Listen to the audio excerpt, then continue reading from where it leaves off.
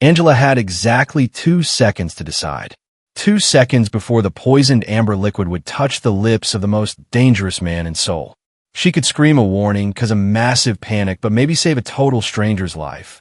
Or she could turn around, wipe down table 4 in her wrinkled white apron, and protect herself from the kind of problems that got working-class girls like her killed. She chose the first option in her head, but her body did something entirely different. She marched toward the VIP booth, her messy bun bouncing, praying her rapid footsteps looked purposeful instead of desperate. The man looked up the moment she invaded his personal space. His eyes were cold and calculating, framed by slicked-back black hair and a dark, creeping tattoo on his neck that made her instincts scream in warning. Angela didn't let herself overthink. Before her courage could evaporate, she lunged forward. She swung her arm out and violently slapped the crystal glass right out of his hand. The glass hit the floor with a sharp crash, shattering into 100 glittering pieces. The man didn't flinch, not even a millimeter.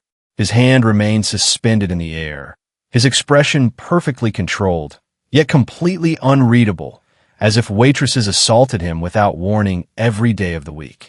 And suddenly, the reality of what she had done slammed into her chest. She had just attacked a mafia boss. "It's poisoned," she breathed, leaning in close with fierce urgency. The man across from you paid the bartender. For a second, he remained perfectly still in his tailored black suit. But instead of drawing a weapon, his lips curved into a faint, dangerous smirk. Amused. Untouchable. She shuddered. What the hell did I just do? Then she felt it. The lightning-fast shift in his body, muscles tightening beneath his expensive jacket. Before she could step back, his large hand clamped around her waist, not roughly, but with enough dominant force to keep her exactly where she was.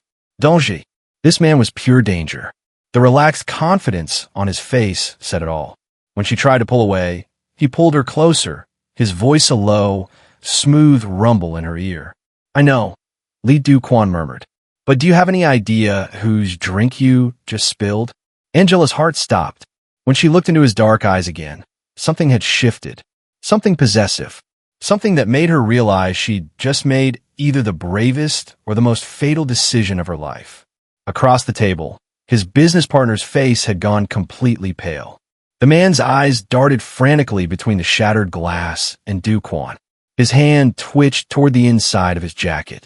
The tension in the room thickened, instantly turning lethal.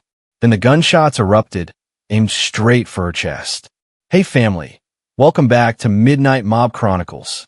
Before we dive into this absolute chaos, drop a comment below and tell me where you're watching from.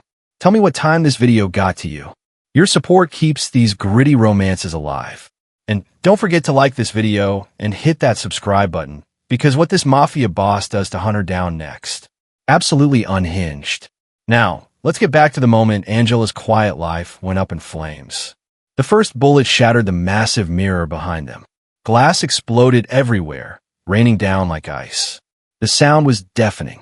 Before Angela could even process what was happening, the man with the neck tattoo moved. Impossibly fast.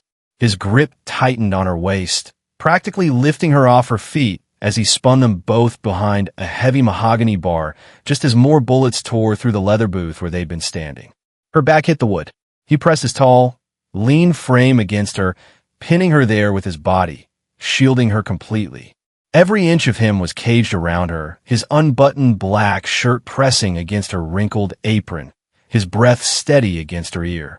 "Stay down," Do-kwon ordered. His voice was completely calm, controlled, like the hail of gunfire was just background noise. "Don't move. Not until I say."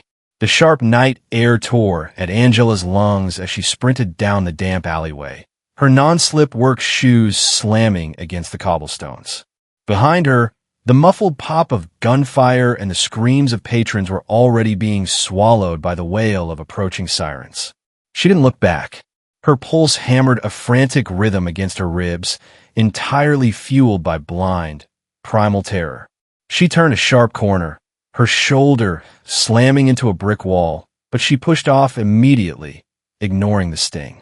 Her trembling fingers tore at the strings of her wrinkled white apron, ripping it away and tossing it into an overflowing dumpster. It felt like shedding a target, though she knew the blood roaring in her ears couldn't be discarded so easily. She had just attacked a kingpin. She had invaded the space of a man whose very presence commanded a room into terrified submission, slapped a crystal glass from his hand, and practically screamed that a hit was out on him. What was wrong with her? By the time Angela reached her dilapidated apartment building on the edge of the city, her legs felt like lead. She bypassed the broken elevator, practically crawling up 4 flights of flickering, dimly lit stairs. Keys fumbled in her shaking hands before she managed to jam the right one into the lock. She threw herself inside, slamming the heavy wooden door shut and immediately engaging the deadbolt, the chain, and a secondary slide lock.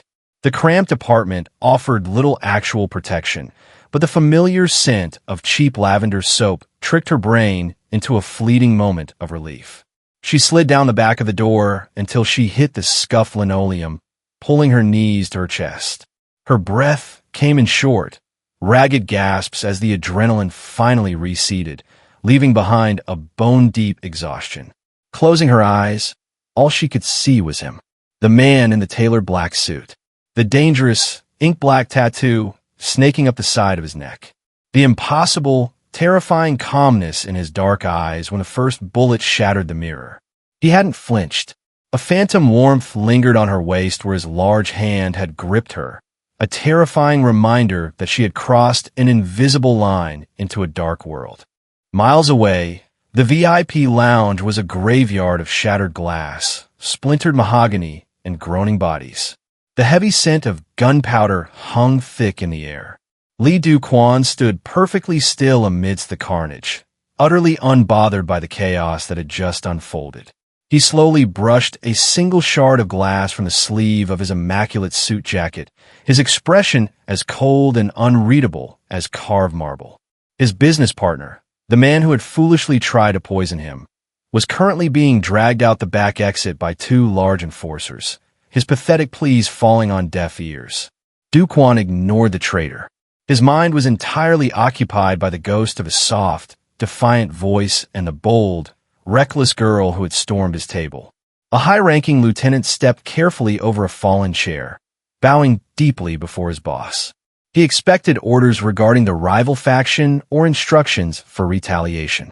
Instead, Do-kwon adjusted his cuffs and looked toward the shattered exit. "The Waitress," Do-kwon murmured, his voice a low, lethal rumble that instantly silenced the room. "Dark hair, black uniform. Find her." The lieutenant blinked. "Sir, the assassins." Do-kwon's dark eyes snapped to the man, shutting him down with a single, freezing look. "The assassins are dead or begging. The girl is out there, completely unprotected. Whoever hired this hit will be looking for the loose and who ruined their plan. I want her found before they do. Pull every favor we have. Bring her to me." Back in her tiny sanctuary, Angela dragged herself off the floor and moved toward the cramped bathroom, splashing freezing water onto her face. She stared at her reflection in the cracked mirror, watching droplets trace down her dark skin. The messy strands of hair she hadn't bothered to pin up were plastered to her forehead. She was safe. It was a massive city, overflowing with invisible, working-class people just like her. She had left her apron behind. The men in suits had bigger problems to worry about than tracking down a nobody. She convinced herself that tomorrow she would go to her second job, keep her head down, and this would all become nothing more than a terrifying nightmare. But out in the sprawling, neon-lit city, the underworld had already been unleashed. A fleet of sleek vehicles was silently rolling from the shadows, an invisible net spreading rapidly across the districts. The predators of the night were hunting, guided by the absolute will of a man who never let anything slip through his fingers. Angela pulled her threadbare blanket up to her chin, wholly unaware that her attempt to remain invisible had made her the most sought-after prize in the city. The glaring neon sign of the late-night diner buzzed with a relentless hum. Angela wiped down the greasy counter, her hands moving with mechanical precision while her mind remained trapped in the chaotic replay of the previous night. Every chime of the entrance bell made her heart leap into her throat. Every man in a dark coat looked like a reaper. She was exhausted, running on 3 hours of fitful sleep and cheap coffee, but she couldn't afford to call out. Rent was due, and fear didn't pay the bills. She just had to survive this shift. As the clock struck 2 in the morning, the diner finally emptied, leaving behind only the smell of stale fries and bitter dread. Her manager barked from the kitchen, gesturing toward the overflowing trash bags. It was a chore she usually didn't mind, a brief escape into the cool night air, but tonight the thought of stepping outside made her skin crawl. Still, she nodded, grabbing the heavy black bags, dragging them toward the heavy steel back door. The alleyway was a claustrophobic stretch of damp brick and cracked asphalt, illuminated only by a single, flickering amber street lamp. The air smelled of rain and rotting cabbage. Angela heaved the bags into the rusted dumpster, the loud crash echoing ominously in the narrow space. She dusted off her hands, eager to retreat into the warm, albeit greasy, safety of the diner. But as she turned around, her breath caught in her lungs, instantly freezing the blood in her veins. He was just standing there, the man from the club, the untouchable kingpin. Do-kwon emerged from the heavy shadows like a phantom materialized from the darkness itself. He wore a different suit tonight, charcoal gray and perfectly tailored, a stark contrast to the grime of the alley. His hands were casually tucked into his pockets, and a lethal, dark tattoo creeping up his neck seemed to pulse in the dim light. No bodyguards, no guns drawn, just him, exuding a silent, suffocating authority that immediately sucked all the oxygen from the air. Angela stumbled backward, her spine hitting the cold, unforgiving metal of the dumpster. There was nowhere to run. The entrance to the street was blocked by his tall, imposing frame. Her mind raced, calculating impossible escape routes, but her body remained paralyzed by sheer terror. She expected a weapon. She expected violent retaliation for the utter disrespect she had shown him, for daring to put her hands on a man of his stature, for treating him like a common patron. Instead, Do-kwon took a slow, deliberate step forward. The measured click of his expensive leather shoes against the asphalt sounded like a countdown. He stopped barely a foot away, entirely invading her personal space once again, but this time he was the one in absolute control. He loomed over her, his dark eyes analyzing every inch of her terrified face. His expression remained unervingly calm, unreadable, and utterly dominant. "You are incredibly difficult to find," Do-kwon murmured, his voice a low, smooth baritone that somehow cut through the hum of the city. It wasn't a threat. It was a statement of fact, laced with a dangerous hint of curiosity. Angela opened her mouth to speak, to apologize, to beg, but her throat was completely dry. When she remained silent, he leaned in slightly, the faint scent of expensive cologne and petrichor wrapping around her. "Most people who lay a hand on me do not live to see the sunrise," he continued, his tone conversational, yet laced with lethal implications. "Yet, here you are, taking out the garbage. Tell me, Angela." Her real name on his lips sent a violent shiver down her spine. He knew everything already. "What exactly did you hear last night before you decided to assault me with a glass?" he demanded, his gaze pinning her to the spot. Desperation clawed at her throat, but underneath the blinding fear, a spark of the same fierce defiance from the night before flared to life. "I heard enough," she choked out, her voice trembling but her chin lifting instinctively. "Two men in the booth behind me. They said the target was the man with the neck tattoo, and the bartender was already paid to spike the scotch. I didn't have time to find security. I just acted." Do-kwon's eyes narrowed slightly, processing her words, searching for the lie and finding none. The absolute absurdity of her actions seemed to intrigue him even more. He slowly pulled one hand from his pocket, raising it. Angela flinched, bracing for a strike, but he simply planted his palm against the dumpster beside her head, boxing her in completely. He leaned closer, his dark eyes burning into hers with intense, unrelenting scrutiny.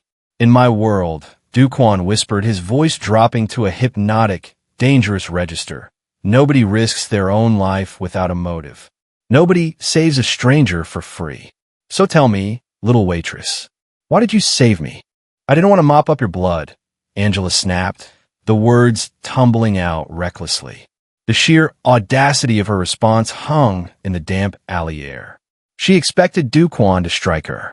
Instead, a low, dark chuckle vibrated in his chest, a sound so entirely out of place it made her stomach drop. Before he could speak, the heavy silence shattered with the sharp vibration of a phone.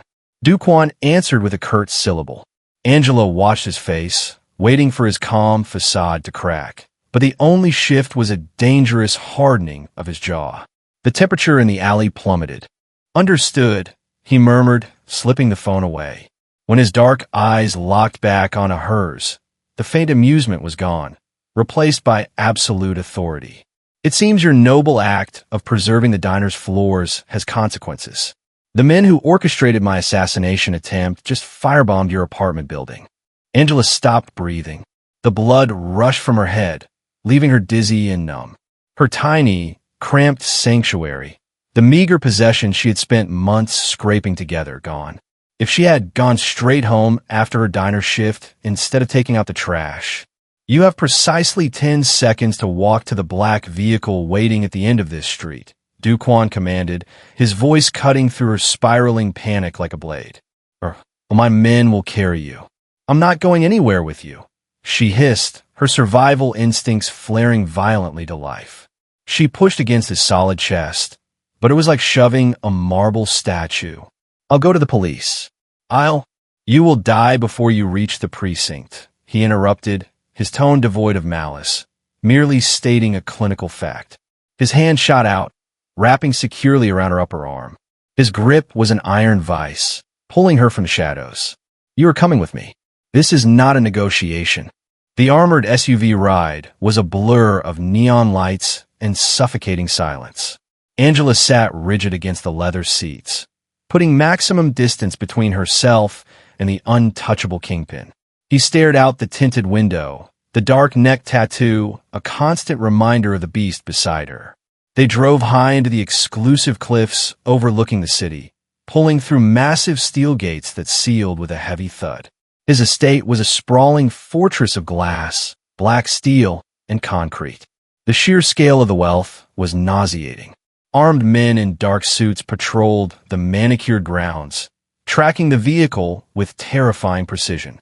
Do-kwon guided her inside the cavernous foyer, his shoes clicking on the polished marble. It felt less like a sanctuary and more like a beautifully constructed cage. You will reside in the East Wing, Do-kwon announced, turning to face her as a housekeeper hovered nervously. You will not leave the perimeter. You will not attempt to contact anyone from your previous life. You will eat when instructed, and you will not cause complications for my security detail. Angela stared at him, the sheer arrogance of his commands igniting a blazing fire in her chest. The exhaustion and fear that had plagued her all night instantly mutated into hot, blinding fury. She stepped forward, entirely ignoring the heavily armed guards standing by the double doors. I am not one of your soldiers, and I am certainly not your prisoner, she fired back, her voice echoing sharply off the high ceilings. I saved your life. I didn't sign up to be locked in a glass box because your enemies have terrible aim. The guards shifted uncomfortably, unaccustomed to anyone raising their voice at the boss. Do-kwon remained perfectly still. He slowly unbuttoned his suit jacket, his dark eyes trailing over her defiant stance. She was a working-class waitress with absolutely nothing left, standing in the center of his empire, aggressively demanding autonomy from a man who ruled by absolute submission. You are alive because I am allowing it, Angela, he said softly, closing the distance between them with 2 predatory strides. He leaned down, his voice dropping to a dangerous whisper meant only for her. The people hunting you do not care about your bravery. They will peel the skin from your bones to get to me. My rules are not designed to punish you. They are designed to keep you breathing. Then protect me without treating me like property, she challenged, refusing to break eye contact, refusing to let him see her tremble. For a long moment, the air crackled with raw tension. The clash of their wills was palpable, a violent collision between an unstoppable force and an immovable object. Then, Do-kwon tilted his head, a muscle feathering in his jaw. It wasn't a concession, but it was a crack in the armor. He turned on his heel, ending the conversation. She was trapped in his world now, bound by blood and glass. But as she watched his retreating back, she vowed she would never let him break her. Rain lashed against the floor-to-ceiling windows of the East Wing, but the sprawling bedroom remained suffocatingly quiet. Angela paced the length of the Persian rug for what felt like the 100th time. The silk pajamas the housekeeper had provided felt like a second skin she desperately wanted to shed. Every time she closed her eyes, she saw the flash of muzzle fire and the smoldering wreckage of her apartment building. Sleep was an impossible luxury. Needing an anchor, something real to ground her spiraling thoughts, she finally slipped out of the room. The corridors of the estate were cavernous and cast in deep shadows, guarded by an unnatural silence. She navigated the unfamiliar marble halls barefoot, searching for the kitchen, but a faint amber glow spilling from a cracked doorway broke her path. She hesitated, her survival instinct screaming at her to turn back, but a strange, magnetic pull drew her closer. Pushing the heavy oak door open just an inch, she found a massive library steeped in the rich scents of aged paper, leather, and bourbon. At the center of the room, bathed in the low light of a desk lamp, sat Lee Do-kwon. The untouchable kingpin looked entirely different. The tailored charcoal jacket was gone, draped carelessly over a chair. His black dress shirt was unbuttoned at the collar and rolled up to the elbows, exposing forearms corded with lean muscle. Without the armor of his suit, he looked less like a marble statue and more like a man. But it was the ink that held her breath hostage.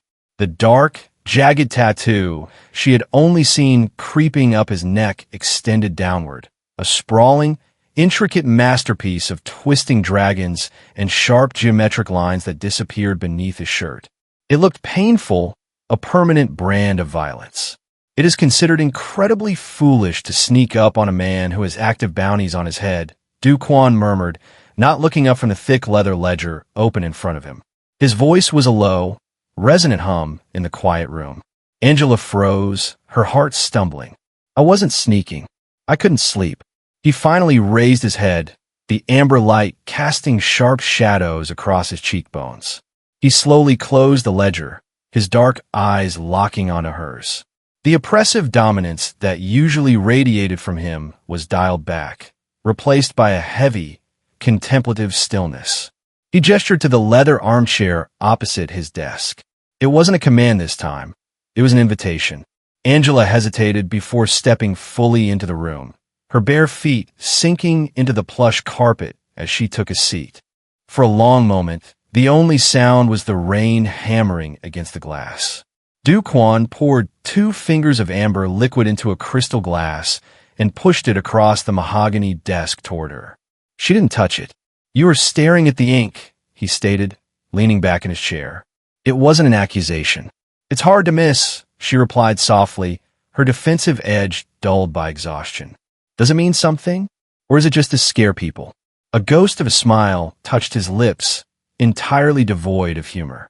In the syndicate, nothing is purely decorative. I was 19 when the needle first pierced my skin. The dragon represents the old empire, the roots of my father's organization. But the jagged lines, the ones that look like broken glass. He trailed off, his gaze drifting toward the storm outside. Those were earned. Every betrayal, every man who swore loyalty only to hold a knife to my throat in the dark. It is a reminder that in my world, trust is a fatal flaw. Allegiance is bought with blood or money, and usually both. Angela pulled her knees up, hugging them to her chest. That sounds like a miserable way to live. It is survival, he countered smoothly, his eyes sliding back to her. The intensity in his stare pinned her to the leather chair. Everyone wants something, Angela. Power, territory, wealth, survival. Every interaction is transactional. When my business partner paid the bartender to poison my scotch, he was buying my territory with my life. It made perfect mathematical sense. Do-kwon leaned forward, resting his forearms on the desk, the distance between them shrinking. But you do not make sense. Her breath hitched. I told you why I did it. You told me the mechanics of your action, not the motive, he corrected softly, his voice dropping to a hypnotic cadence. You are a working-class woman with 2 jobs and nothing to spare. You stood to gain absolutely nothing by stepping between a mafia boss and an assassin's bullet. You risked everything you had, your life, your anonymity, your safety, for a man who represents everything that crushes people like you. Why? Angela looked into those dark, bottomless eyes, stripping away the titles and the terror. She saw the profound isolation of a man who had never been handed a single ounce of grace. Because nobody deserves to die alone in the dark, she whispered, her voice wavering but fiercely resolute. Not even you. The silence that followed was deafening. Do-kwon stared at her, the cold, unreadable mask fracturing completely for the first time. The air between them thickened, vibrating with a heavy, unspoken realization. In a world built entirely on betrayal and calculated cruelty, the fierce, selfless courage of a poor waitress had just shattered the foundations of his reality.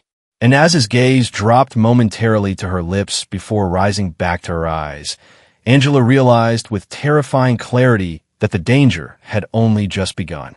The heavy mahogany doors of the master suite opened, revealing a reflection Angela barely recognized.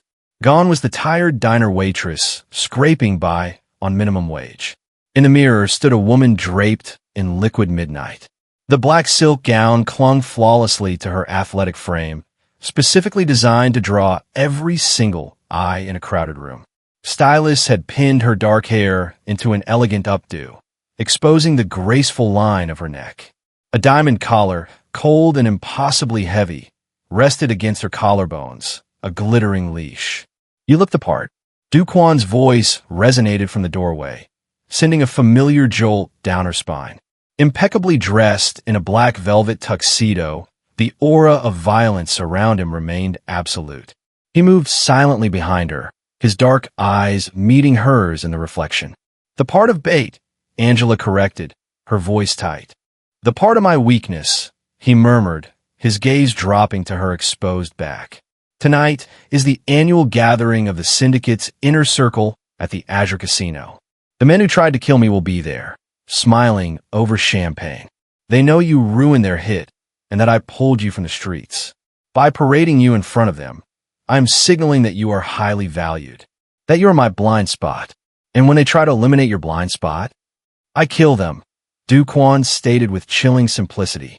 His knuckles brushed lightly against the diamonds at her throat, the warm skin contrasting the icy stones.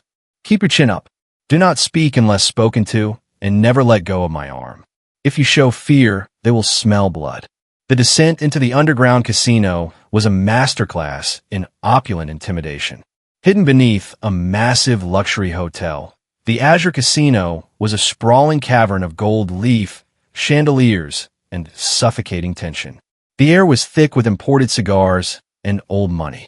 As the heavy gilded elevator doors opened, a sudden, unnerving hush fell over the room.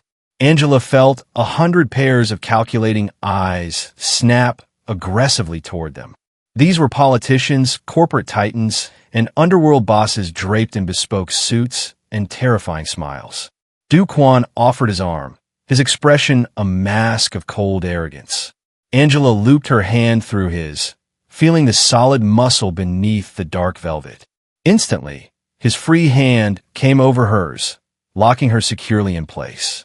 It was a gesture of possessive intimacy designed for the audience, but the heat of his touch sent a real spike of adrenaline to her heart. Breathe, he commanded softly, lips barely moving as they descended the grand staircase. They're looking at me like a target, she whispered, forcing a haughty mask.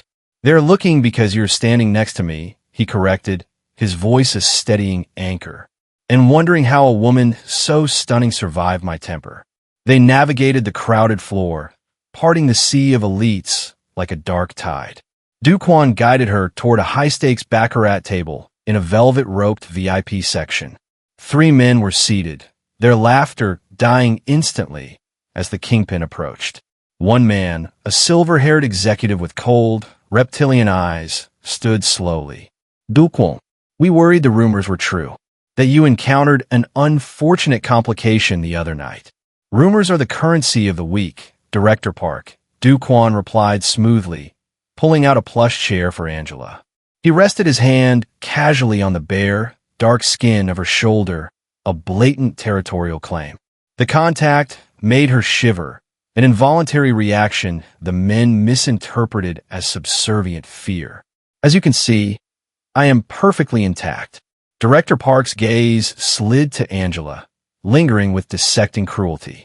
And who is this lovely distraction? She doesn't seem to belong to our circles. Angela's heart hammered against her ribs. Park's eyes held the exact calculating void she had seen in the alleyway assassins. These were the vipers Do-kwon warned her about. She sat rigid, fighting the urge to shrink away. Instead, she channeled the same reckless defiance that made her slap the poison glass away. She met the corrupt director's reptilian stare head-on, lifting her chin exactly as Do-kwon had instructed. This tiny spark of rebellion earned a microscopic, approving tightening of Do-kwon's grip on her shoulder. She is the reason, Do-kwon interrupted, his voice dropping to a silken threat that instantly froze the table. You will want to choose your next words with absolute precision, Park. The tension spiked to a lethal degree. Chips clinked innocently in the background, contrasting the suffocating, deadly silence at the table. Do-kwon's thumbs slowly traced Angela's collarbone, a hypnotic motion that juxtaposed the violent promise burning in his dark eyes. He wasn't just waiting for the traitors to make a mistake.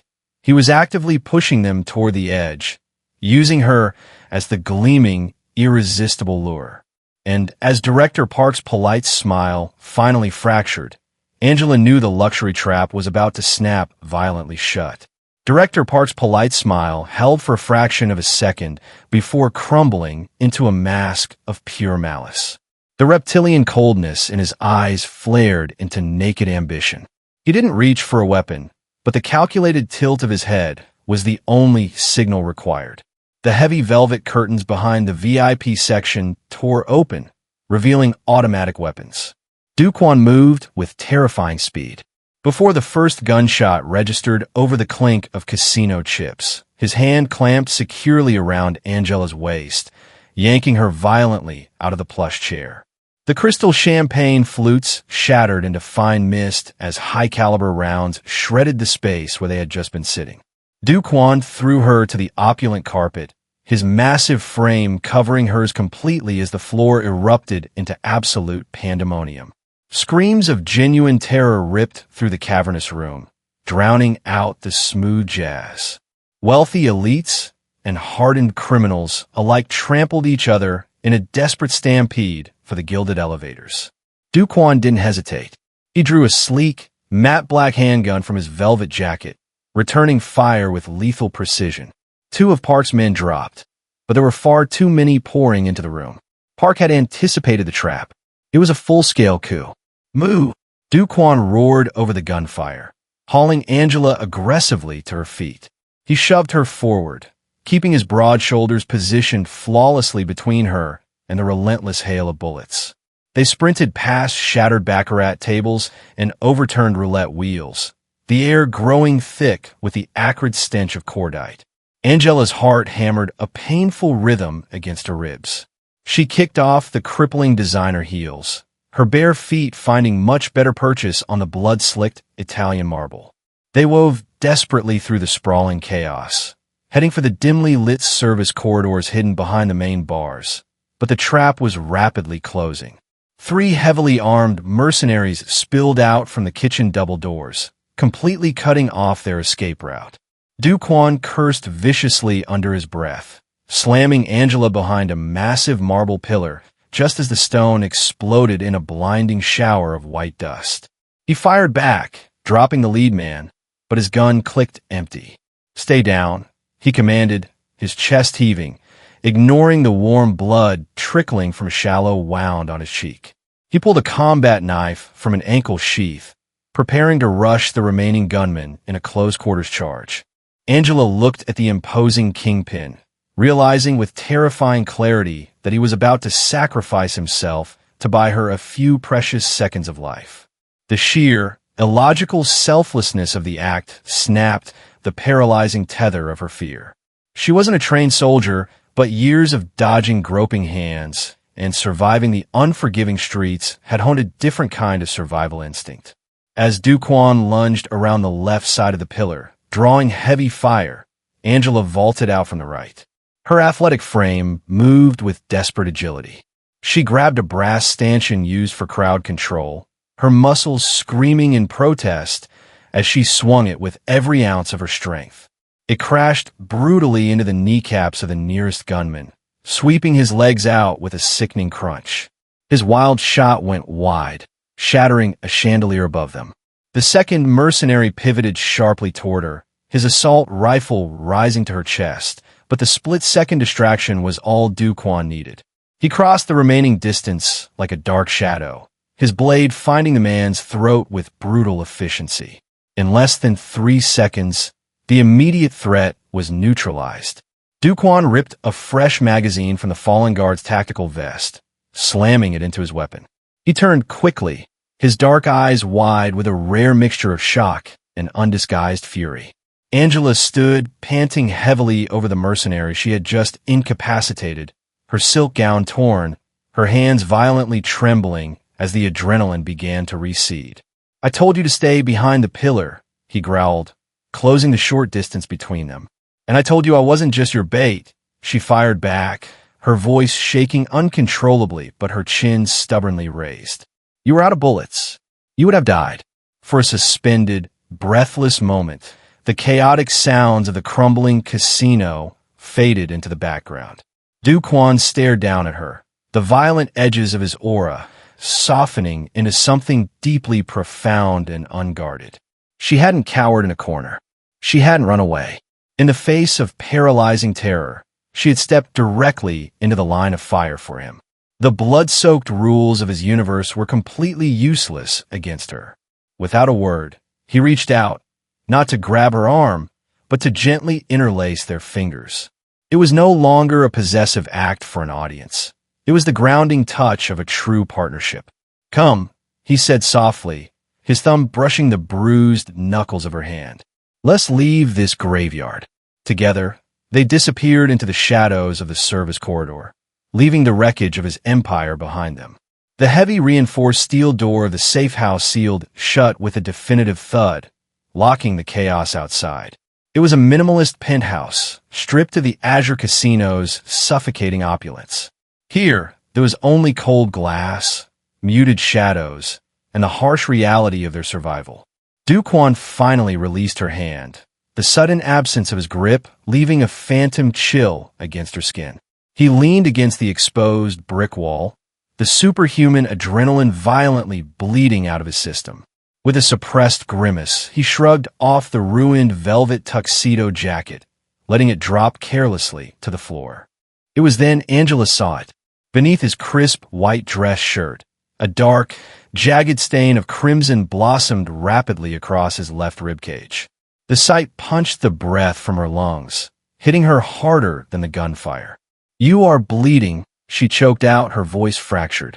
"You didn't say anything." "It is a graze," Do-kwon dismissed, his voice a ragged exhale. Despite his stoic words, his sudden pallor betrayed the toll of the injury. He pushed off the wall and moved stiffly toward a low leather sofa, sinking onto the edge with heavy exhaustion. Angela didn't hesitate. She didn't wait for permission.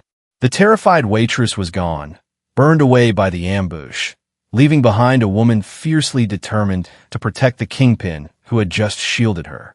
She navigated the unfamiliar penthouse, locating a medical kit in the bathroom, and hauled the steel box back to the living room.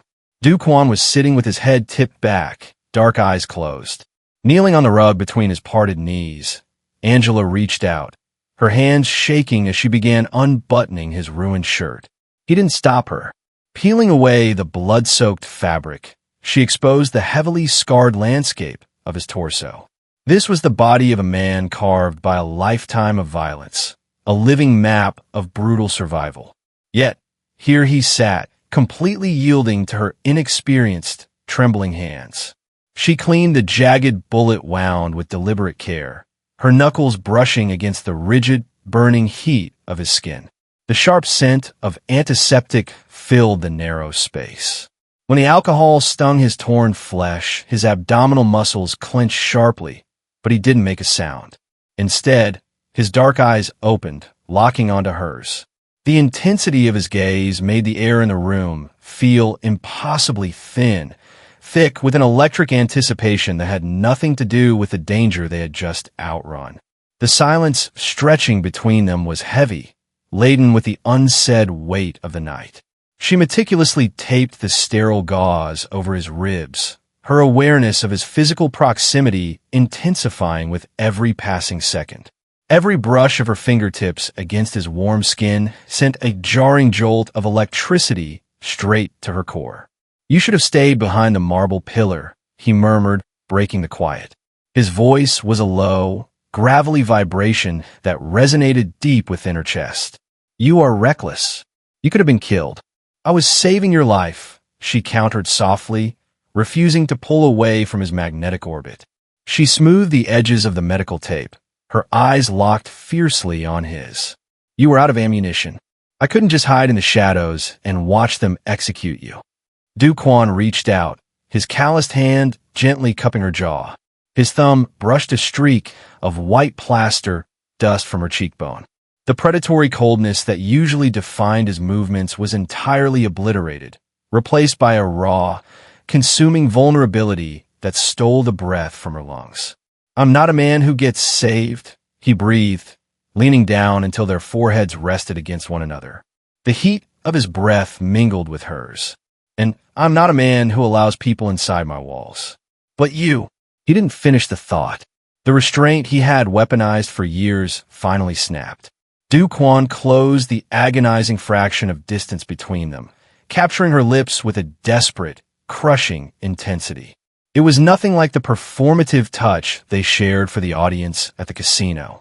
This was a definitive claiming, a total surrender to the gravitational pull that had been drawing them together since the moment she slapped the poisoned glass from his hand. Angela gasped into his mouth, her hands tangling fiercely in his dark hair as she met his consuming passion with her own burning heat. The impenetrable walls he had spent a lifetime fortifying shattered into dust. He pulled her up seamlessly, settling her securely across his uninjured lap. His arms wrapped around her, pulling her flush against his chest as he deepened the kiss, holding her as if her presence was the only thing keeping him tethered to the earth.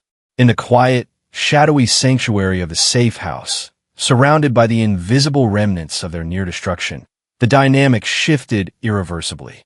She was no longer just his bait, and he was no longer an unfeeling monster. They were bound entirely by blood, survival, and a terrifyingly profound desire. The quiet of the safe house was a fragile, temporary thing. Hours after the chaotic, blood-soaked escape from the Azure Casino, the adrenaline had completely bled from their veins, replaced by the heavy reality of their situation. Angela sat near the edge of the leather sofa, her body trembling faintly from the aftershocks of the night. She watched Do-kwon as he stood rigidly by the reinforced floor-to-ceiling windows. He stared out at the sprawling, neon-lit skyline, his broad shoulders tense beneath a fresh shirt he had located in the master bedroom. The air between them was still thick with the electric aftermath of their vulnerable collision, but the unresolved threat of the coup demanded his absolute focus. A harsh electronic buzz from the security console shattered the silence, echoing off the exposed brick walls. Do-kwon's posture instantly rigidified. He moved with a predator's lethal grace, ignoring the fresh bandages wrapped tightly around his injured ribs, and keyed the glowing monitor. The grainy visual feed revealed a solitary figure standing in the dimly lit hallway outside. It was Tae-jin, as Do-kwon's trusted second-in-command. The man had been his unwavering shadow for nearly a decade, the only lieutenant entrusted with the exact coordinates of this highly classified sanctuary. "He came alone," Do-kwon murmured, his voice a low, gravelly rasp. He punched a complex sequence of numbers into the steel keypad. The heavy, blast-proof door unsealed with a sharp hydraulic hiss. Tae-jin stepped swiftly into the minimalist penthouse, his immaculate gray suit dusted with white plaster. He bowed his head deeply, presenting a flawless picture of unyielding loyalty. Boss, when the casino was hit, we feared the absolute worst. Director Park has completely fortified the downtown sector with his mercenaries. Is a massacre out there. Park is a dead man, Do-kwon replied coldly, retrieving a locked tactical weapons case from a concealed compartment in the wall. If you're standing here, it means the southern ports are holding strong. We will stage the immediate counteroffensive from the docks. Of course, boss. The secure transport car is waiting in the subterranean garage. We need to move you before Park traces the local grid. Tae-jin's dark eyes flicked sharply toward Angela, lingering on her for a fraction of a second too long. It was a cold, calculating assessment. And the girl? She comes with us, Do-kwon stated with absolute finality. He hoisted the heavy tactical case and carried it toward the bedroom to unlock it, his back turned to his loyal lieutenant for the first time all evening.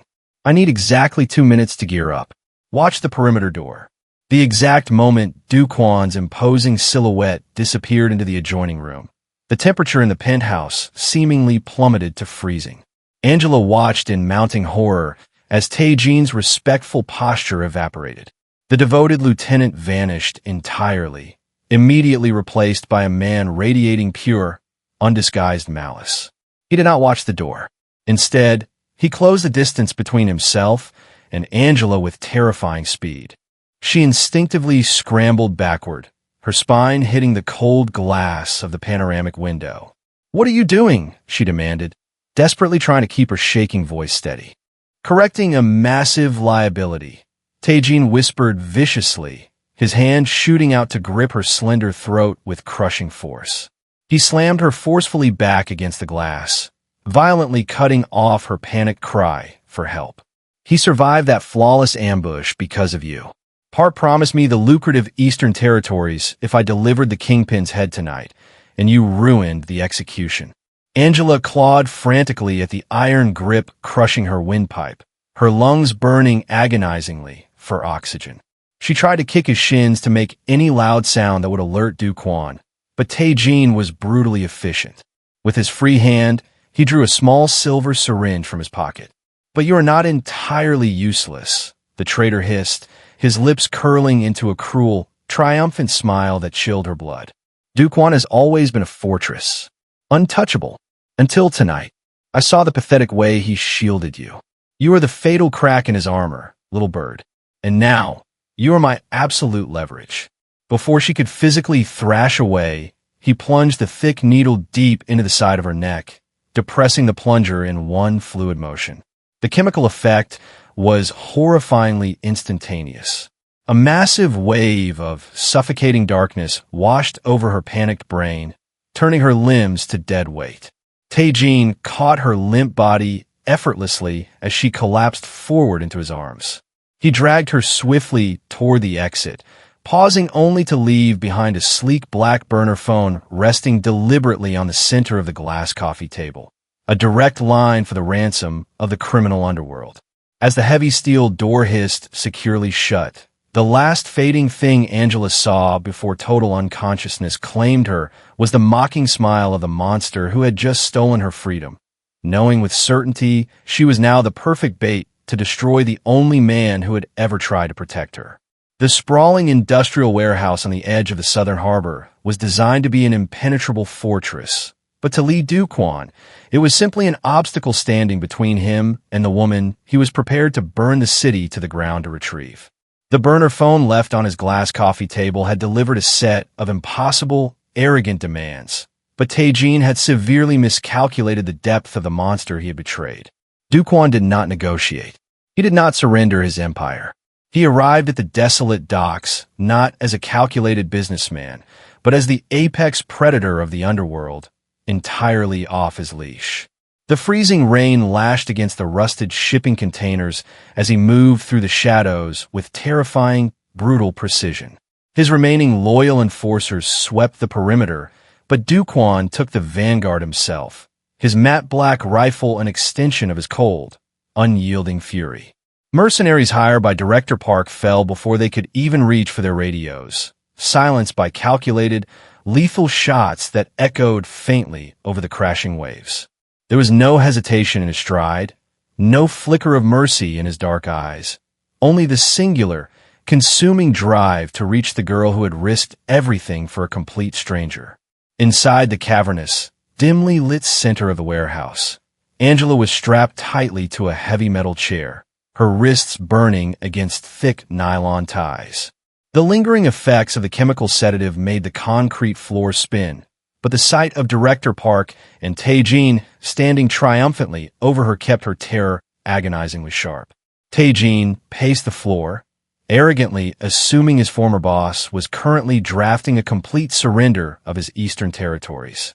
He never anticipated the phantom assault. The heavy steel doors at the far end of the warehouse didn't just open. They were violently blown off their hinges in a blinding flash of concussive force. Smoke and pulverized concrete billowed into the stagnant air, and from the dense debris emerged the untouchable kingpin. Director Park drew his weapon, screaming a panicked order to his remaining guards, but Do-kwon moved with the fluid, devastating speed of a reaper. 3 shots rang out in rapid succession. Park and his 2 bodyguards hit the cold concrete floor before the echoing cracks even faded into the rafters. Tae-jin lunged desperately toward Angela with a drawn tactical blade, intending to drag her up as a human shield, but Do-kwon was impossibly fast. He didn't bother raising his firearm again. He closed the distance in a blur of motion, his large hand snapping out to wrap around the traitor's throat with bone-crushing, absolute force. He lifted the lieutenant entirely off his feet. The smug triumph in Tae-jin's eyes instantly mutated into suffocating, primal horror. "You forgot the defining rule of my existence," Do-kwon whispered, his voice a chilling, hollow void that promised absolute ruin. "I annihilate anything that touches what is mine."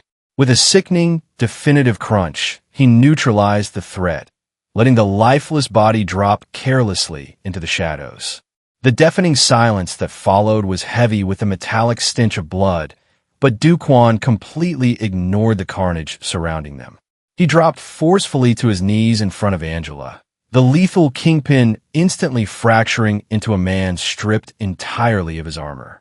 His hands, still stained with the ruthless violence of his reality, were impossibly gentle, almost reverent, as he sliced through the thick ties binding her bruised wrists. He pulled her fiercely against his solid chest, burying his face in the messy strands of her dark hair, his massive frame trembling with the receding adrenaline of a man who had almost lost his entire world. Angela wrapped her shaking arms tightly around his neck, inhaling the deeply familiar scent of rain, gunpowder, and him. The tears she had stubbornly refused to shed for her tormentors finally broke, soaking into his shirt as he lifted her effortlessly into his arms, carrying her away from the wreckage and into the cleansing downpour of the night. Weeks later, the violent echoes of that night had faded, replaced by the quiet, sunlit warmth of a secluded villa overlooking the ocean. Angela stood on the sprawling terrace, no longer a desperate waitress in a wrinkled apron, but a woman standing firmly beside the man who had torn down his empire to keep her safe. Do-kwon stepped behind her, wrapping his arms around her waist, his lips pressing a soft, lingering kiss against the skin just above her collarbone. The jagged tattoo on his neck no longer represented fear to her. It was simply a part of the man she loved. As she leaned back into his solid embrace, staring out at the endless horizon, the terrifying journey finally made sense. The underworld had always believed that true power was defined by wearing impeccably tailored suits, commanding heavily armed men, inspiring paralyzing fear, or holding absolute, unbreakable authority over a city. But they were entirely wrong. True power was a quiet, undeniable force. It was having the profound courage to step out of the shadows, to do what was undeniably right, and to protect a life, even when you were standing at the very bottom of the social ladder with absolutely everything to lose. Just as a poor, brave Waitress had once done for a lethal stranger.